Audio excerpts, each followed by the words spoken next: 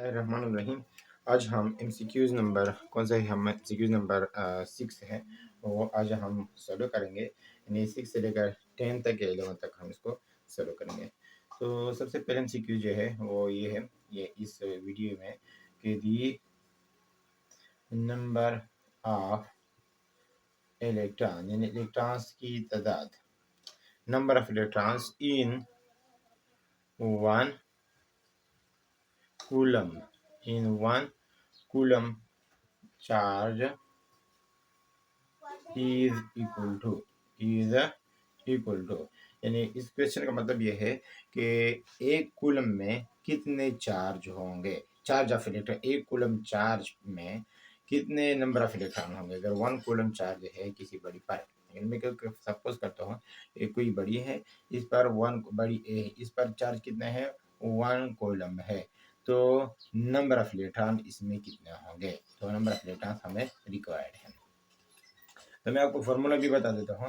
Number of electron को हम कुछ इस तरह मालूम करते हैं कि ये चार्ज को हम यूँ लिखते हैं, किसी बड़ी पर कोई चार्ज होता है, हम ये कहते हैं कि number of electron into charge on electron. Electron पर जितना चार्ज होता है और नंबर ऑफ इलेक्ट्रॉन जितने होते हैं, तो उसको हम क्या कहते हैं, क्यों चार्ज कहते हैं। तो अगर हम नंबर ऑफ इलेक्ट्रॉन की हमें ज़रूरत है तो इसको हम इस पर डिवाइड कर देंगे, तो charge divide by number of electron, charge divide by number of charge divide by charge on electron, charge divide by charge on electron. तो चूंकि वन कूलम ऑफ चार्ज है और चार्ज ऑन इलेक्ट्रॉन हमें मालूम है, तो इस नंबर ऑफ इलेक्ट्रॉन मालूम कर सकते हैं। तो हमें जो ऑप्शन दिए गए हैं, पहले ऑप्शन की तरफ आते हैं, फिर इसको सॉल्व करते हैं। ऑप्शन दिए गए है वो ये है कि 6.2 इंटू 10⁻18, एक ऑप्शन तो ये है।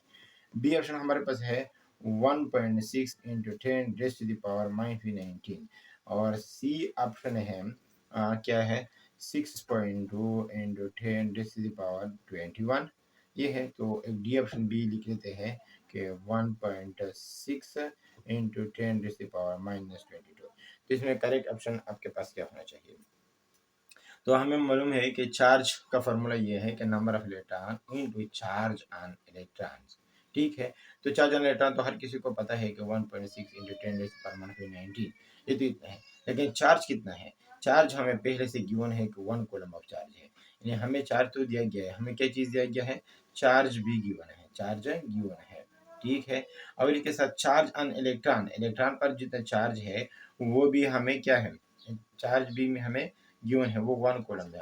और इलेक्ट्रॉन पर जो चार्ज है वो है 1.6 इंटू 10⁻19 कूलम। तो हर किसी को पता है हमें रिक्वायर्ड है नंबर ऑफ इलेक्ट्रॉन।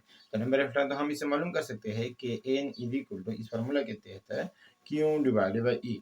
तो क्यू की वैल्यू तो हमारे पास चूंकि 1 है, और ये चार्ज इलेक्ट्रॉन कितना है 1.6 इंटू 10⁻19। तो अगर हम इसको इन पर डिवाइड कर दें, आप इसको मैथमेटिकली सॉल्व करें और इस 19 को ऊपर ले आए, इसी 19 को क्या कर ले, ऊपर ले आए, तो आपके पास ये प्लस हो जाएगा। और 1 डिवाइड बाई 1.6 ये कर ले, इसको इस पर डिवाइड कर दे, तो ये सबके पास क्या आ जाएगा, इससे आपके पास आ जाएगा 1.2 सॉरी 6.2 इंटू 10⁻, और एक एक दर्जा अपने डिसिमल को भी राइट साइड पर ले आना है, 10⁻18 इलेक्ट्रॉन्स। तो वन कूलम चार्ज में हमारे पास इतने ज़्यादा इलेक्ट्रॉन्स होते हैं, 6.2 इंटू 10⁻18 इलेक्ट्रॉन जो है वो वन कूलम ऑफ चार्ज में होते हैं। सो इसको आप इनसे स्क्रीनशॉट ले लें।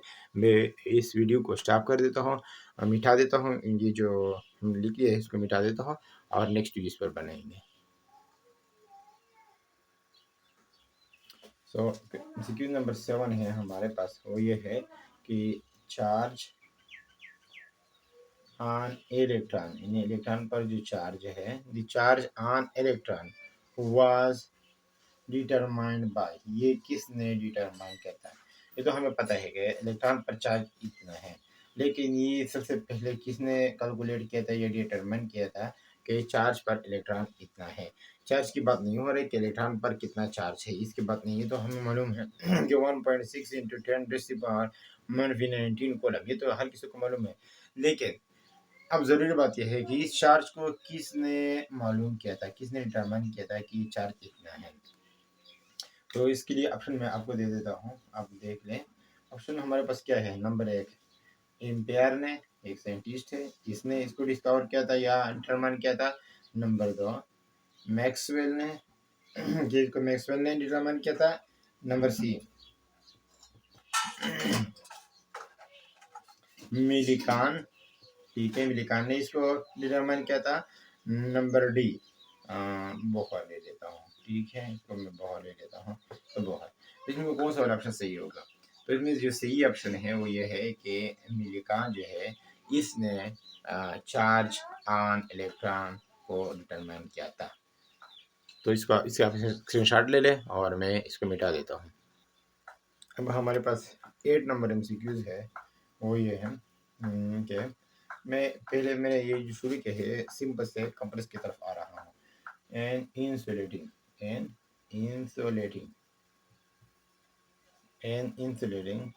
रॉड, यानी इंसुलेटिंग रॉड का मतलब ये है कि जिस पर पॉजिटिव और नेगेटिव दोनों चार्ज मौजूद हो और इक्वली हो, जिसको हम इंसुलेटिंग कहते हैं। या इंसुलेटिंग का मतलब है कि इन पर इलेक्ट्रॉन्स ना हो, तो इसको भी फ्री इलेक्ट्रॉन्स में ना हो। ये इसको इंसुलेटिंग का मतलब ये है कि ये न्यूट्रल कंसिडर कर देते हैं। Is charge, insulating rod is charge, इसको हमने चार्ज किया पॉजिटिवली। इंसुलेटिंग रॉड को हमने positively sorry positively insulating rod को हमने पॉजिटिवली चार्ज किया। इंसुलेटिंग रॉड को हमने पॉजिटिवली चार्ज किया बाई रबिंग, यानी इनको रब करने से, रगड़ने से इसको ये पॉजिटिवली चार्ज हो गया। ये इंसुलेटिंग रॉड है, ये रब करने से, रगड़ने से ये पॉजिटिवली चार्ज हो गया। इज ड्यू टू, ये किस वजह से पॉजिटिवली चार्ज हो गया? तो अगर किसी इंसुलेटिंग रॉड को आप रगड़ते हैं और ये पॉजिटिवली चार्ज हो जाए तो इसकी क्या वजह हो सकती है? नंबर 1 डिफिशियंसी ऑफ प्रोटॉन्स, इसमें प्रोटॉन की कमी होगी, इसलिए इस वजह से ये पॉजिटिवली चार्ज हो जाएगा। नंबर 2 एक्सेस ऑफ प्रोटॉन, क्या प्रोटॉन की ज्यादा की वजह होने की वजह से कि इस पर प्रोटॉन ज्यादा होंगे। Number C deficiency of electron, electron के कम होने की वजह से ये होगा। और number D excess of electron, electron की ज्यादती की वजह से। तो ये क्वेश्चन को आप दोबारा सुन लें। An insulating rod is charge positively by rubbing, एक इंसुलेटिंग रॉड है, ये पॉजिटिवली चार्ज हो गया। इंसुलेटिंग रॉड है, ये पॉजिटिवली चार्ज हो गया। दिस इज ड्यू टू, ये किस वजह से हो गया? डिफिशियंसी ऑफ प्रोटॉन, पर प्रोटॉन कम थे। Number B excess of proton. Number C deficiency of electron. Number D excess of electron. इसमें जो सही ऑप्शन है वो आपको मैं बताना चाहता हूँ कि अगर कोई राड है, इंसुलेटिंग राड है, और इसको हमने रब किया और ये पॉजिटिवली चार्ज हो गया, ये किसी बड़ी से हमने इसको रब किया। फॉर एग्जांपल मैं कंसीडर करता हूँ ये कोई राड है और ये इंसुलेटिंग है, यानी इस पर positive negative positive negative positive negative, और ये रब करने की वजह से क्या कि इसको हमने किसी और राड के साथ रगड़ दिया, तो अगर इस पर चार्ज आ गया पॉजिटिव, यानी ये पॉजिटिवली चार्ज हो गया, तो इसका मतलब क्या है? तो इसका मतलब ये है कि इस बॉडी में पॉजिटिव चार्ज ज्यादा होंगे। This is due to excess of proton, proton की ज्यादा होने की वजह से ये पॉजिटिवली चार्ज हो गया। प्रोटॉन की तादाद क्या थी? एक इंसुलेटिंग रॉड था हमारे पास, ये को हमने रब किया, तो इसके रब करने की वजह से ये पॉजिटिवली चार्ज हो गया। तो इसका मतलब ये है कि इस पर एक्सेस नंबर ऑफ प्रोटॉन है। और इसको मैं अगर उल्टा कर दूं, यहाँ इस एमसीक्यूज को थोड़ा मैं आपके लिए चेंज कर देता हूँ। ये तो हो गया आपका ये। अब मैं ये insulating rod is charge negatively, ये हो गया नेगेटिवली चार्ज। ये इंसुलेटिंग रॉड किस तरह हो गया? नेगेटिवली, इंसुलेटिंग रॉड नेगेटिव हो गया। तो बाई रबिंग है, तो ये किस वजह से होगा? तो इसमें जो से पहले में सही ऑप्शन था एक्सेस ऑफ प्रोटॉन, ये एमसीक्यूज नंबर 8 था। अब एमसीक्यूज नंबर 9 है। तो अगर ये नेगेटिवली चार्ज है, इंसुलेटिंग रॉड जो है, इंसुलेटिंग को हम ये भी कर सकते अलग जो है, जो अलग हो, इंसुलेट हो, सब चीज़ से, एनवायरनमेंट से इसका कोई इंटरेक्शन ना हो। इंसुलेटिंग का ये भी मतलब है। Insulating rod is charge negatively, ये नेगेटिवली चार्ज हो गया बाई रबिंग, रबिंग की वजह से। तो इसकी क्या वजह हो सकती है? तो इसकी वजह यह है कि इसमें एक्सेस ऑफ इलेक्ट्रॉन है। तो इसमें क्या है? एक्सेस ऑफ इलेक्ट्रॉन है। तो ये एक्सेस ऑफ प्रोटॉन अगर इंसुलेटिंग रॉड चार्ज पॉजिटिवली हो तो एक्सेस ऑफ प्रोटॉन, अगर नेगेटिवली हो तो एक्सेस ऑफ इलेक्ट्रॉन।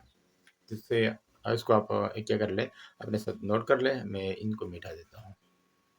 अब हमारे पास जो लास्ट एमसीक्यूज है वो ये है कि कोलम, जो कि एक साइंटिस्ट है, कोलम ने मेजर किया, किस चीज़ को मेजर किया, कोलम मेजर द फोर्स, इसने फोर्स को मेजर किया, Coulomb measure the force, force को इसने मेजर किया बिटवीन, किसके दरमियान, बिटवीन नी के दरमियान, चार्जेस के दरमियान इसने फोर्स को मेजर किया बाय, किस चीज़ के ज़रिए से उसने चार्जेस के दरमियान फोर्स को मेजर किया था। ये तो हमें मालूम है कि टू चार्जेस के दरमियान फोर्स है, लेकिन जिसका उन्होंने एक मैथमेटिकल फार्मूला भी हमें दिया था ला की फॉर्म में कि F is equal to K Q1 Q2 divide by R square, ये फार्मूला उन्होंने हमें दिया था। तो ये कैसे उन्होंने मालूम किया कि दो बॉडीज है, अगर हमारे पास ए है और दूसरा बड़ी बी है, तो इनके दरमियान फोर्स है, तो इस फोर्स को उसने कैसे मालूम किया था। नहीं, इस तरह तो कोई आपके साथ नहीं मानेगा कि इन दोनों के दरमियान फोर्स है, लेकिन हम डायरेक्टली कह रहे कि इतना है, तो इसकी कोई तरीका होना चाहिए। तो पहला ऑप्शन जो हमारे पास है फिजिकल बैलेंस, फिजिकल बैलेंस के जरिए से उन्होंने मैयर किया था। नंबर 2 कॉमन बैलेंस, ठीक है, कम आम तराजू से उन्होंने मेजर किया था। Number C Cavendish, Cavendish Cavendish balance के जरिए से उन्होंने मेजर किया था। और नंबर डी टार्शन बैलेंस, क्या, टार्शन बैलेंस। तो कौन से तराजू से उन्होंने दो बॉडीज के दरमियान ये जो फोर्स है उसको मेजर किया था। तो इसमें जो सही ऑप्शन है वो ये है टार्शन, या टार्बल लोग इसको टार्शन भी कहते हैं। टार्शन बैलेंस जो है इसके जरिए से उन्होंने कोलम्बिक फोर्स को टू बॉडीज के दरमियान मेजर किया था। फिजिकल बैलेंस के जरिए से तो हम किसी बड़ी के वेट या वेट को हम मालूम कर सकते हैं, या मास को हम मालूम करते हैं। कॉमन बैलेंस तो आम बैलेंस है, इसको हम कहते हैं। और कैवेंडिश बैलेंस के ज़रिए से ये जो ग्रेविटेशनल फोर्स है, या जिसको हम जी कहते हैं, कैवेंडिश ने वो डिस्कवर किया था। जी को डिस्कवर किया था, जी की वैल्यू को, और उस फोर्स के जरिए उस फोर्स ग्रेविटेशन का फोर्स है वो कैवेंडिश बैलेंस के जरिए से उन्होंने डिस्कवर, यानी कैवेंडिश ने डिस्कवर किया था इस जी को। और जी की वैल्यू जो मालूम किया था वो कैवेंडिश ने मालूम किया था। और टार्सन जो है ये कोलम्ब फोर्स को मेजर करने के लिए ये बैलेंस यूज किया जाता है। So much thanks for watching this video.